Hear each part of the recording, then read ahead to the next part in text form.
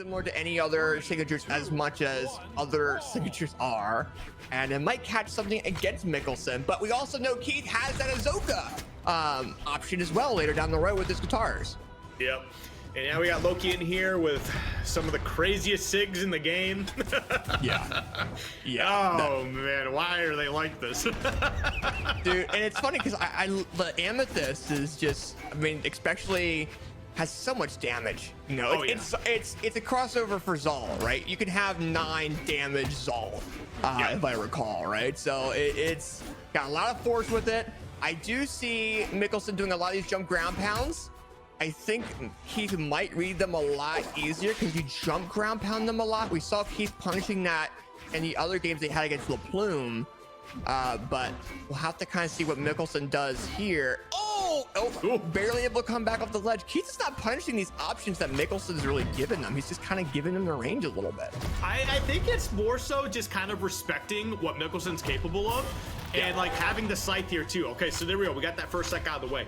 But I think Keith is doing a really good job of just staying in that space where he's too far out of reach. But if you extend a little bit, he can get it, right? It's just a matter of just getting to that spot. But right now, I think Keith is playing this phenomenally, regardless of the fact that they lost the first stock.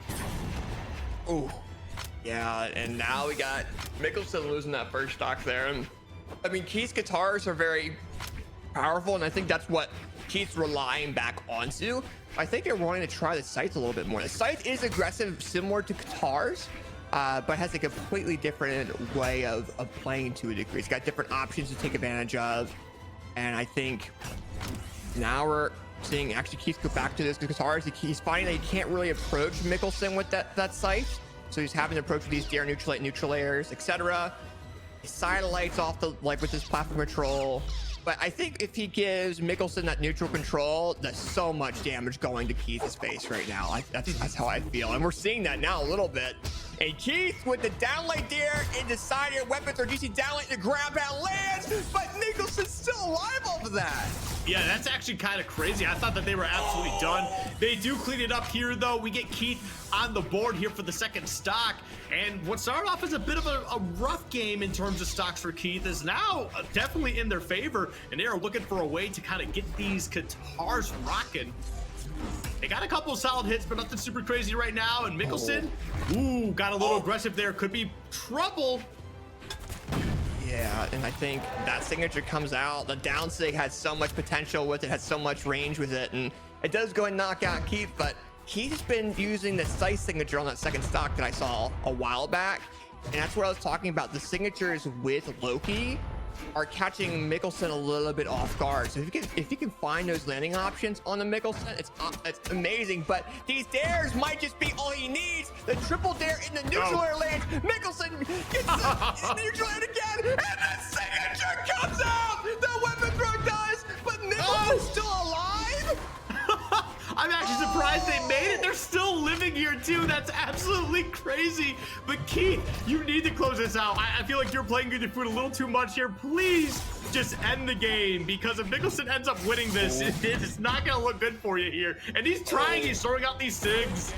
Yeah, there you go. That neutral air comes in, man. And you're seeing Keith relying a lot on those signatures to knock out, which is what Mikkelsen was landing.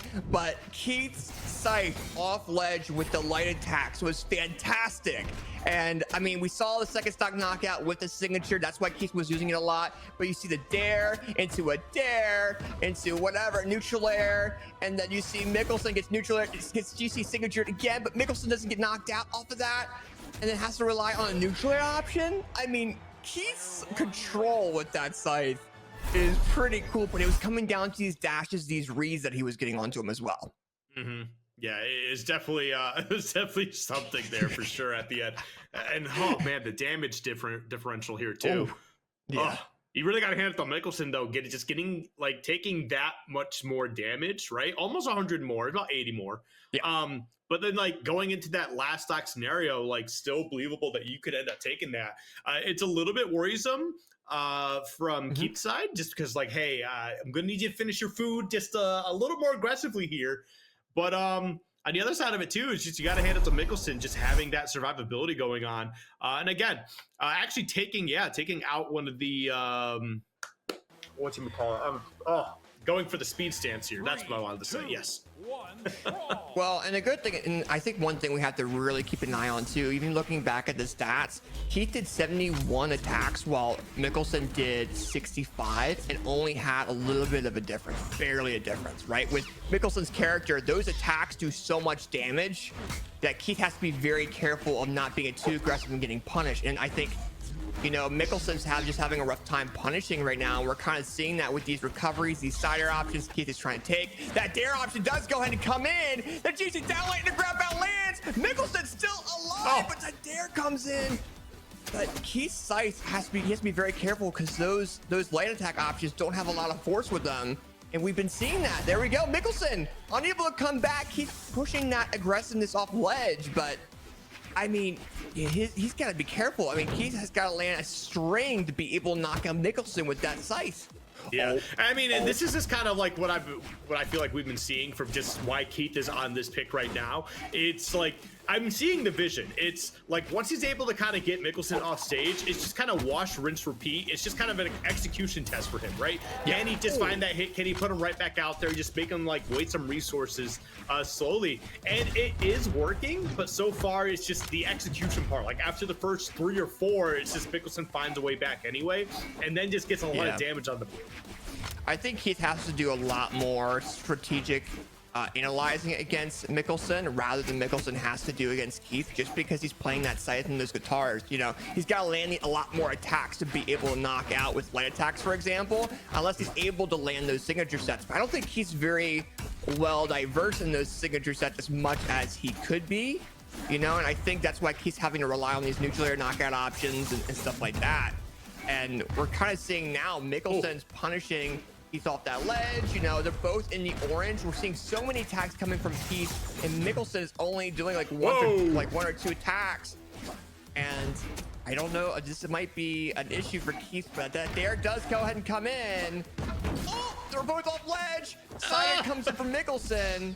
Oh, nice dare from Keith. Oh, but he tries to do a down signature, and Mikkelsen punishes him for it.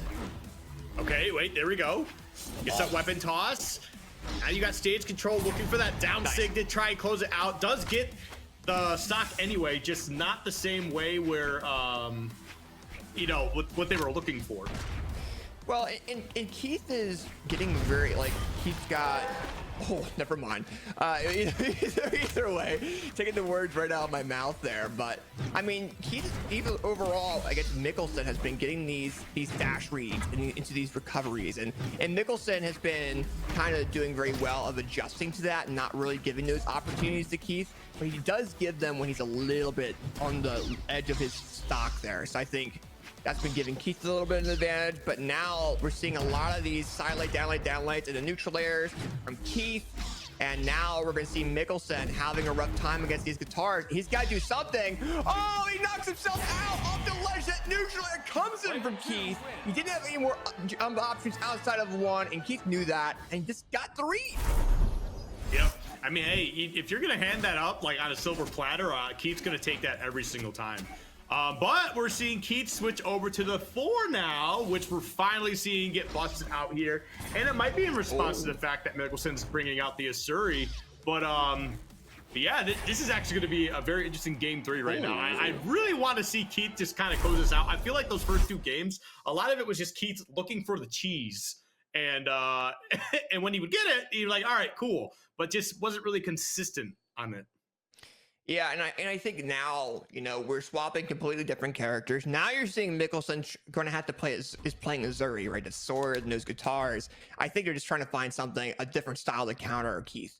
Because right now, Keith's aggressiveness is crazy, but this might be the total option for him because Keith's playing Hammer into Orb. Now, one thing we got to bring up, Orb side side air is true. So we're going to be seeing a lot of that, and that might be the damage build that Keith needs to go and knock out with those signature options as well. He's got to be careful here. Let's see how this plays out right now. We got Mikkelsen on the board here with the first weapon, getting those guitars out for the Asuri. And he's got a couple onesies, twosies. Nothing super crazy to get started here. Okay, we're just going to start with the Sig. Just kind of get things started on his end with the damage. All right. Yeah, I think like Keith kind of went to this knowing he's like, okay, I'm up 2 games. You know, I'm up, I'm comfortable. I'm willing to go with that long range to kind of see how it does against Mikkelsen in the future, right? Maybe this is not a battle win, but a war win against Mikkelsen. We'll have to see. Yeah. Okay. But, okay. Neutral light comes in from Mikkelsen. Sire light comes in. He's playing aggressive. It's kind of weird seeing Keith being aggressive with that hammer too. I think he's trying to go for these stomp options. Gets that recovery, weapon throw, picks up orb, and I think orb was maybe one of the main. Oh, it was probably hammer was the reason why he picked the character. But I mean, try to play the long range battle. The signature options, they look cool. They look flashy. But Mikkelsen's punishing him for it right now. Oh, he missed the option. Oh, okay, he got that one. Oh. And there we go. We got Mikkelsen on the board here first, getting that first stock out of the way. And now it's just kind of playing a little bit of a game of cat and mouse here. I mean, you've got the lead. You don't need to be more aggressive. Just allow Keith to come to you if you feel comfortable, like you're doing right here. He's got to go to the wall. And you got those punishes. Wasn't able to get too much else out of that. Keith does find a way to take the stock right back. And now orb in hand. We're going to see if this orb gameplay kind of comes to fruition here a little bit, which you were just kind of asking about a little while ago. Yeah, and that orb has so much string potential with it too. It's similar to the string potential that Guitars has as well. Like that aggressiveness, side air and the neutral air option maybe. Side air, there we go. That's the true combo that I was talking about too. That players have been playing like crazy in all regions. And now you're seeing Mikkelsen play that sword option very well. GC downlight neutral air into a GC side signature. That's a huge option, and that most players wouldn't know about. But that side signature is just so has so much force with it. Yeah, just the call out there in general as well. Just knowing like how you're gonna drift and then getting that hit that you needed. That was just super clean. And is this gonna be? Oh, no, they tried. Mikkelsen. Wow. He just did that on him. The unarmed air options? Are you kidding me? He played with food. He played with food. I don't know if Skip knows how to recover from this. You know, that it was so quick. It was so out of the blue, you know, and it led into a GC, into a dare option. And then that's all he had to do because Keith didn't have any more options to come back to that ledge. Mikkelsen just stayed in the air, got away from Keith's light attack, so he didn't get another jump. And Mikkelsen just won that. That's the way to do it. Yeah, but here we go. I'm going to be bringing out the Ahsoka now here, kind of just answering Asuri with Asuri. So we're going to see how this plays out. Look at that. Same stance and everything, too. Dude, and well, it's Azuri against Azuri now. We have Ahsoka versus Azuri, right? So it's, I don't know. I mean, they're both on damage stance. They both know that it has to, their guitars are going to have to do a little bit more damage to be able to knock out as well. So we're going in this game number 1 with both players on Azuri, but now we're going to see both aggressive play styles of Keith and their good friend there, Mikkelsen. This is going to be cool. Okay. Dancing around here a little bit. All right, there we go. Just a couple of hits, nothing super crazy. And a small little punish here for Keith. Oh, nice neutral light recovery. Downlight, neutral air, weapon throw. Lands that weapon throw, by the way. Into a downlight. Tries to get like a jump read recovery, gets the downlight recovery instead. And that downlight recovery is very hard to dodge out of. It is dodgeable, but the recovery just has so much force and momentum with it, which is why he's been using it so much this game. Now we're just kind of jockeying for position here. Yeah. Both of them got guitars in hand, and Mikkelsen, I don't know, like had a pretty good game last game, but now like tapping to deal with Asuri themselves, it just feels like Keith has just got all the answers needed, and just, you know, staying elusive, getting these nice little combos. Oh. Look at these strings. Yeah, and Mikkelsen is trying to out guitar the guitar player, you know, and that's a big deal. He's gonna have to go back to that sword option and try to get this neutral control. He's unable to get any center platform control. Keith's taking it away from him just like that, and really showing, you know, that once Mikkelsen's just having a rough time against it, he needs to have that center control to do damage buildup with guitars. Oh, look at him go! Keith's going nuts. Dare, like dare.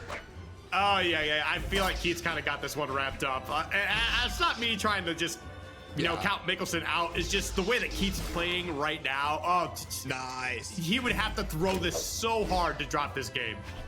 He would, and I mean, he can do it, but Mikkelsen threw it for himself. Keith with the guitar ground bound and knocks out Mikkelsen of that final stock with that dominating game with those fantastic guitars. And he showed that he was the true Star Wars mythical crossover guitar legend.